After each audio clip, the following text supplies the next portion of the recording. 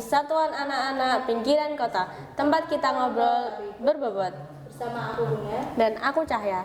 Hari ini kita kedatangan tamu nih teman-teman, guru dari SMK Telekomunikasi Tunas Harapan. Boleh perkenalan dulu nggak Bu? Namanya dan jadi guru apa? Boleh. Perkenalkan, nama saya Dina Wahyu Utami, biasa dipanggil Bu Dina. Di sini saya mengajar mata pelajaran Bahasa Indonesia dan kebetulan juga mendapat tugas tambahan untuk mengajar pendidikan Pancasila. Gitu. Yang buat Ibu tertarik buat ngajar di sini apa? Yang membuat saya tertarik untuk mengajar di SMK Telkom yang pertama yaitu SMK Telkom itu terbuka dengan inovasi yang terbaru, jadi saya kiranya lebih dapat mengkreasikan bagaimana metode pembelajaran yang akan saya gunakan untuk pembelajaran gitu. Terus gimana sih kesan pertama ketika mulai ngajar di SMK Telkom ini Bu? Kesan pertamanya, walaupun malu-malu ya anak-anaknya, tapi kelihatan sekali kalau mereka itu energik juga. Jadi terlihat juga ada beberapa siswa yang bahkan hampir semuanya ya itu rasa ingin tahunya juga tinggi gitu.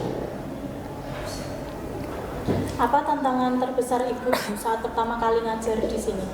Tantangan pertama, karena kebetulan ini adalah pengalaman pertama ngajar di tingkat SMK gitu ya. Jadi tentunya banyak karakter siswa di sini dari jurusan non DKV dan DKV tentunya, khususnya untuk DKV gitu ya. Saya mencari metode pembelajaran yang tepat. Nah, itu tantangan yang pertama itu karena muridnya itu dari berbagai macam karakter juga. Nah, mereka kan kalau DKV ini biasanya kan lebih kreatif gitu ya anaknya ya. Jadi lebih kreatif dan energik dan malah itu yang membuat semangat buat gurunya untuk membuat media pembelajaran yang lebih menarik lagi gitu.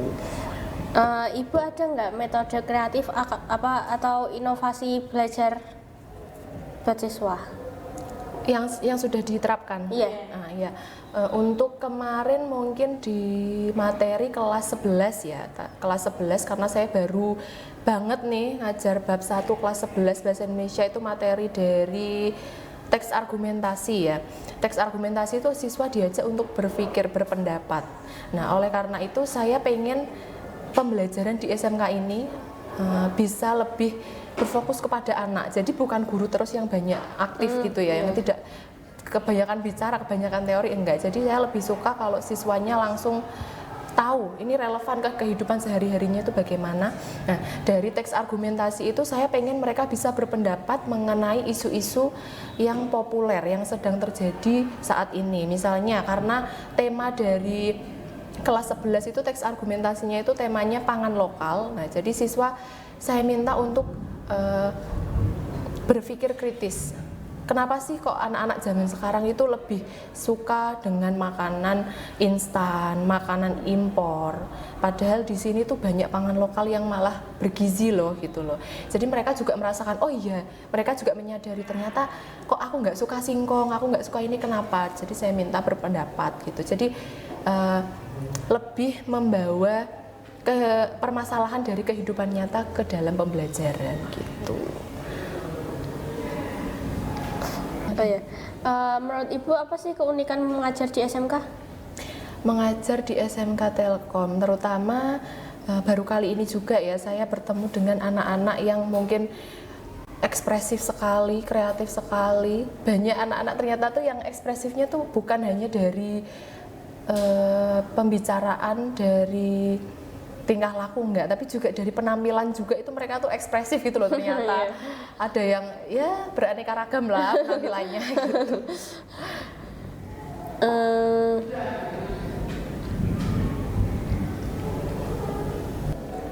Menurut Ibu apa kunci agar siswa semangat belajar di kelas? Kunci agar siswa semangat belajar di kelas itu kalau saya lebih membawa konteks nyata dalam kehidupan sehari-hari mereka itu ke dalam pembelajaran. Jadi bukan hanya belajar teori-teori saja, tapi tahu kegunaan materi itu untuk kegiatan sehari-hari itu apa. Jadi mereka akan lebih tertarik. Oh nanti ini bisa nih buat bekal kerja gitu. Misalnya nanti ada materi di bahasa Indonesia ya. Ada materi menulis CV, menulis surat lamaran kerja.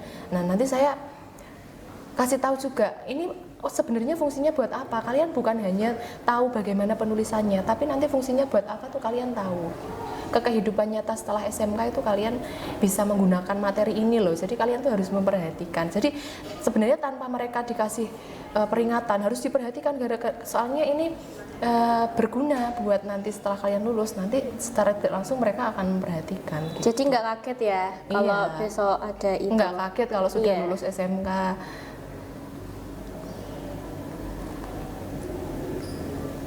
Motivasi ibu terbesar itu memilih profesi jadi guru itu dibanding pekerjaan lain itu kenapa?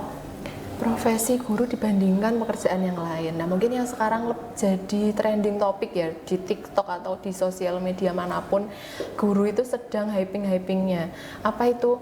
Ada kutipan pidato dari Menteri Keuangan kita itu bilangnya guru itu beban negara.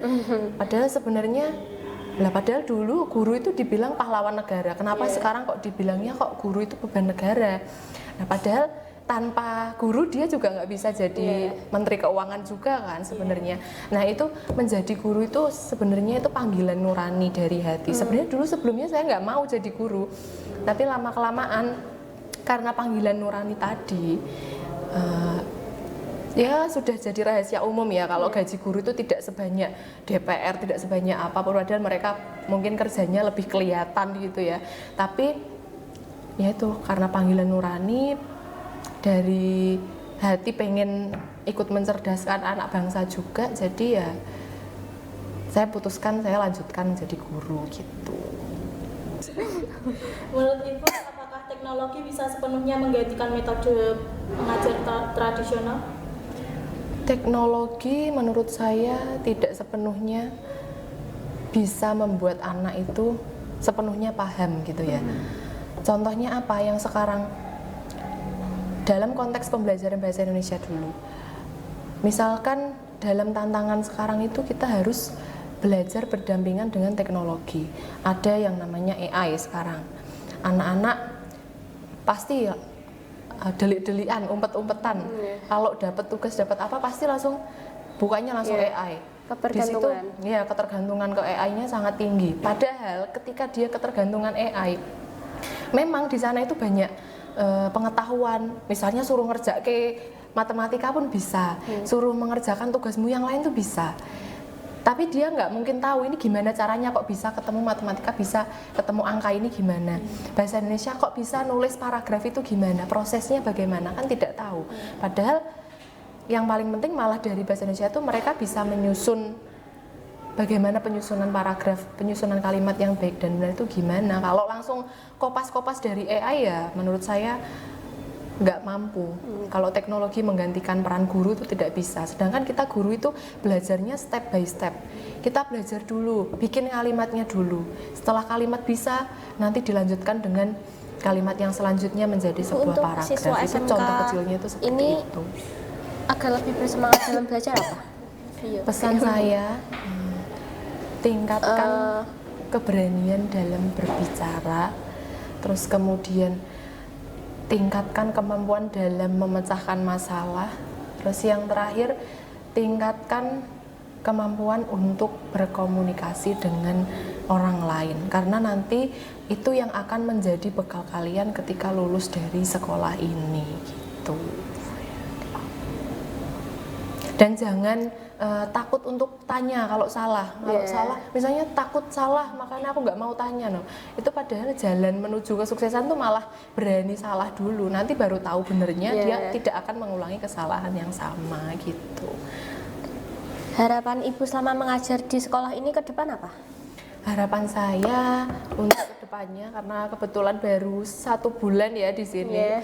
Harapan saya pastinya bisa terus mendampingi anak-anak untuk pembelajaran bahasa Indonesia maupun pembelajaran akademik maupun pembelajaran untuk pembelajaran mengenai kepribadian mereka, terutama kepribadian itu juga menjadi kunci penting. Jadi tidak hanya ngajari materi teori, tapi juga saya pengen ngasih tahu mereka sikapnya yang baik gimana, perilaku yang baik gimana, karena zaman sekarang itu tantangannya juga ya banyak kejadian-kejadian di luar sana yang mungkin pergaulannya juga saya pengen tetap menjaga, membersamai mereka gitu. Keren ya teman-teman, Bu Gina. Jawabannya panjang ya Kak Bunga. Iya, panjang sekali. Kamu ada pertanyaan lagi nggak? Mungkin enggak, Itu. dulu. Oke, itu dulu sekian dari kita. Sampai bertemu di episode selanjutnya bersama aku, Cahya. Dan aku Bunga. Bye. Bye. Bye.